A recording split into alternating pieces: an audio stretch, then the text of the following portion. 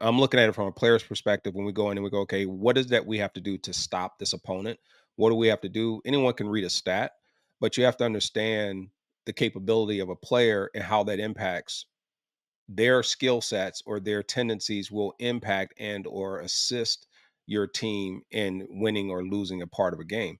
And Kyler Murray, unfortunately, what you have is you have a quarterback that I think they've reeled back.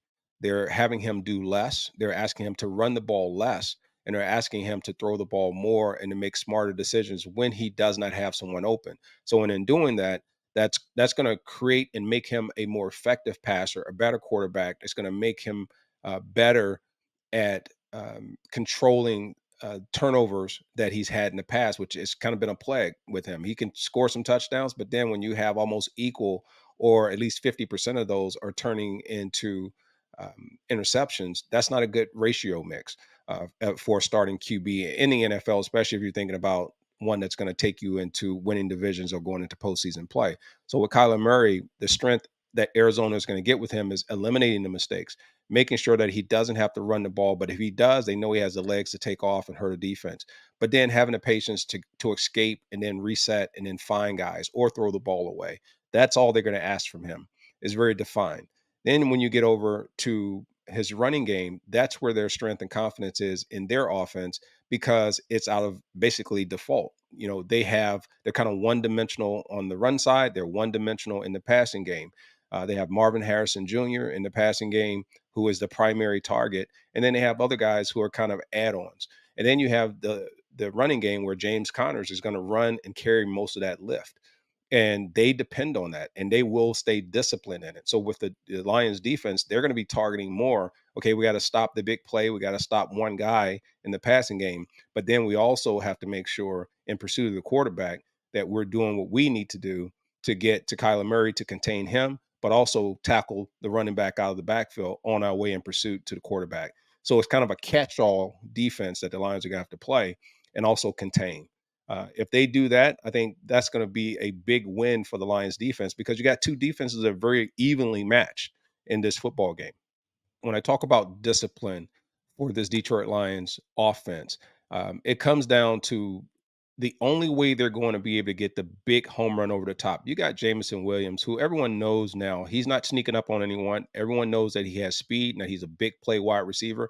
And if his 200 yards on 10 catches don't tell you that, then you'll get to know pretty soon if you're a defensive secondary. But I will say this, in order to get them to draw them down, they're going to have to play LaPorta. They're going to have to get him the football. They're going to have to get St. Brown to continue to pick apart the zone and the defensive structures when they're trying to sit back and try and be cute on defense. When they draw those guys down because they're just hitting them with the run and they're hitting them with the possession style passes, they're hitting them with the tight ends. That's going to pull your safety down. That's going to pull your linebackers closer to the line of scrimmage. It's going to cost your defense to play a little bit tighter. And then at that point, you have a home run hitter that when you want to take your shots downfield, the shots will be there. Your play action will be there. This is football 101. And this isn't something that is going to excite everyone if you're trying to, control the offense and control the tempo in the beginning. But I also think if they control the tempo of the offense, that's going to be key. If you want to sometimes mix it up, you don't have to play hurry up offense. But I think sometimes you can play with a little bit more sense of urgency to get the defense to not be able to rotate because you have so many weapons. You can wear down a defense very quickly. So I look for the Lions to come in and do that. They're going to be playing on the road. This is going to be a bounce back game that everyone thinks that comes typically after a loss, that this offense and this team comes with a little bit more determination. So I think this will be a great challenge for this team to see if they can bounce back with the discipline as an offensive unit.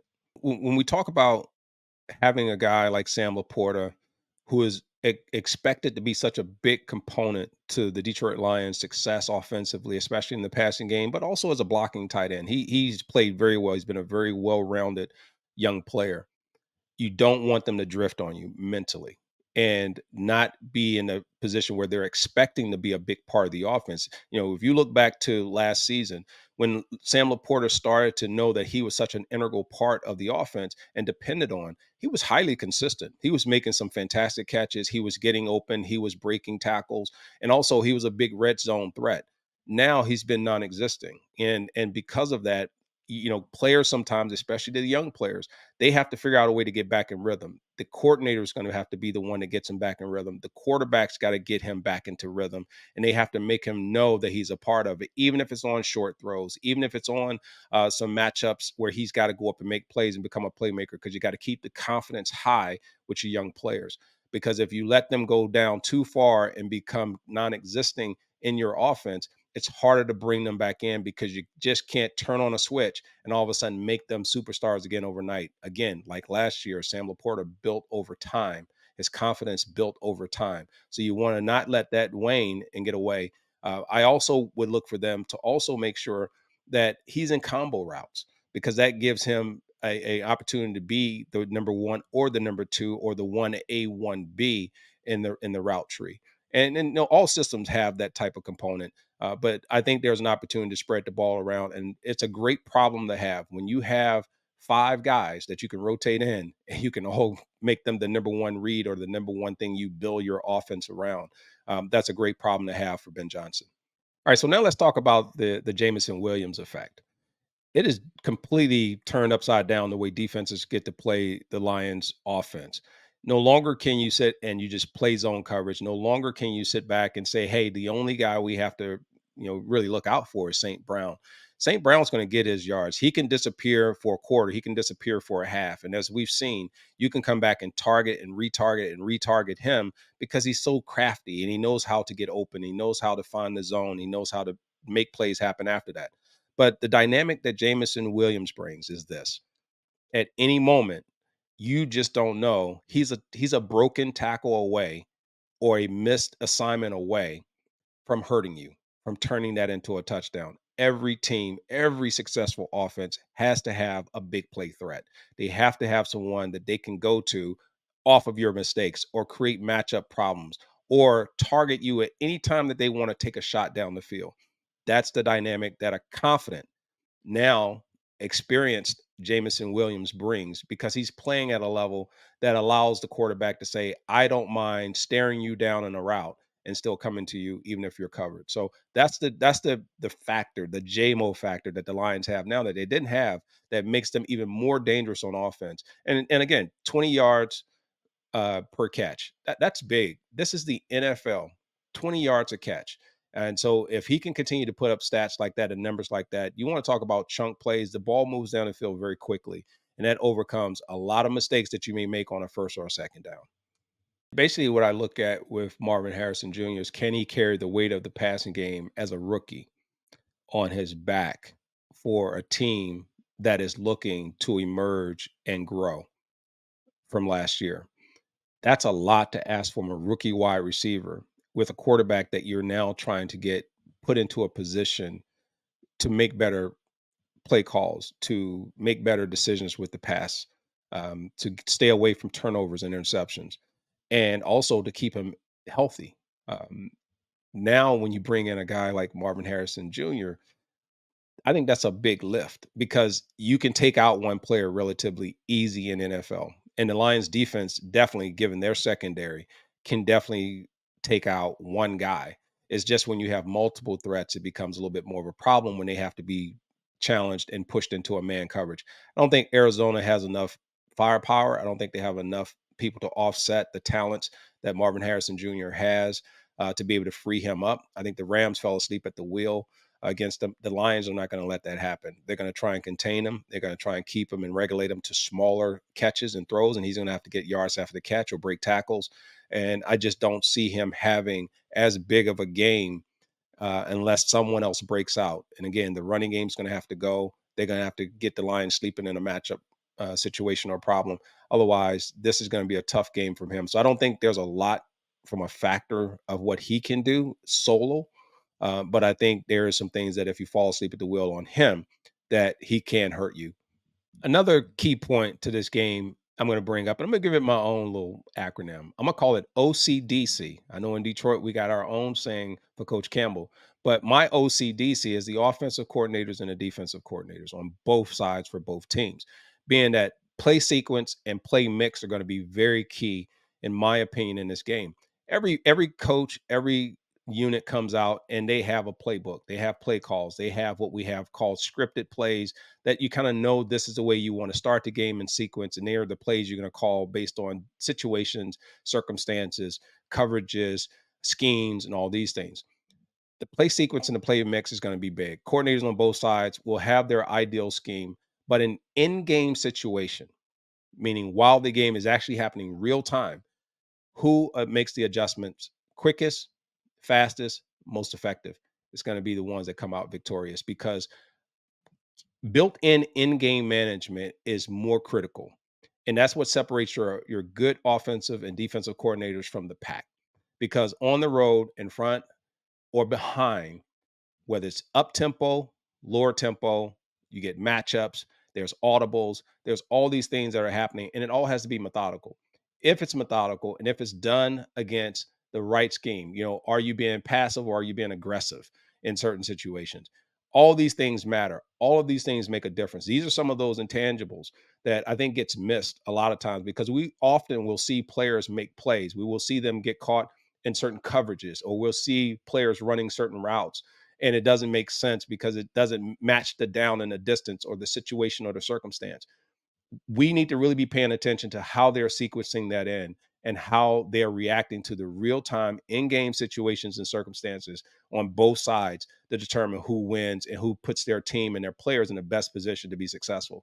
That's something that we can go right back 1 week and you can go to either team and you can see how they've made those adjustments and what the ultimate outcome and the effect was. In this last piece, I'm going to sum up Jared Goff and what I think about him in one setting. Let Goff be Goff. And what I mean by that, this is a veteran Pro Bowl quarterback. He's well experienced. He's a Super Bowl quarterback. He knows what to do. He knows how to correct. He knows where he needs to improve. So we don't need to overthink it. There's no reason to be concerned or worried about him. He's still one of the better, if not one of the elite quarterbacks in the NFL. Many may disagree with me, but I believe that he is that type of a player. He has full grasp of this. He doesn't need to overthink it. If he goes out and he understands that he is the beginning and the end for this offense, he gets to determine really what happens next. Yes, he has an offensive coordinator that's giving him and feeding him plays, but I know they're in sync with one another. I know they are talking about what they want to do and not want to do. And because of that, he's going to be able to bounce back. The whole key with him is on the road, you can't have the turnovers. On the road, if the play's not there, you got to get rid of the ball. And I would like to see him because people aren't expecting him to run. Don't want my quarterback to get hurt. I wouldn't want my quarterback to get hurt, especially a franchise quarterback. But if he sees certain openings, I think he's got to add that dynamic when he starts to scramble and move around the pocket to give threat to the defense, to draw them up so that he can then hit the pass behind the pursuing defensive linebackers and the defensive backs who are everyone's expecting him to continue to throw the ball even if he has a clear field. So I want to look to see him take more chances, use his slide, get out of the pocket, but also become more of a threat than just throwing the football and just being a pocket passer. I think that's going to elevate him and make him even better. So that's what I look for. No worries there. Jared Goff be Jared Goff. The Lions will be fine, but they're going to have to go out and play. This will not be a team in Arizona that lays down. There's a lot of confidence that is beaming from their big victory over the Rams, and it was done in dramatic fashion, and they basically put the whoop on them. So look for the Lions to go in, play with confidence. Jared Goff's got to lead this team, but again, be a confident Jared Goff and be himself. All right. So, having said all that, people want to give game predictions. I would love to give you mine. And anyone who knows me have to remember this. Yes, I played with the Detroit Lions. And yes, I am biased a little bit towards the Lions when it comes to support. But I can tell you right now, when it comes to picking games, I pick them like I see them. Right now, this is a toss up to me. And I say this because I just think who's going to, is that the real Arizona team that we saw against the Rams that's going to play with confidence? They're playing at home, they're playing in front of their crowd, or is it going to be the Detroit Lions who didn't quite play their best game against Tampa Bay, know that they possibly did some things that gave that game away, and will they bounce back? But they got to bounce back on the road. They won't have the noise that they had at home. This is a tough one for me, so I give this a toss up on who wins. It's going to be a very close game. So stay and watch. That's it for the Moore Report. I'll see you next time.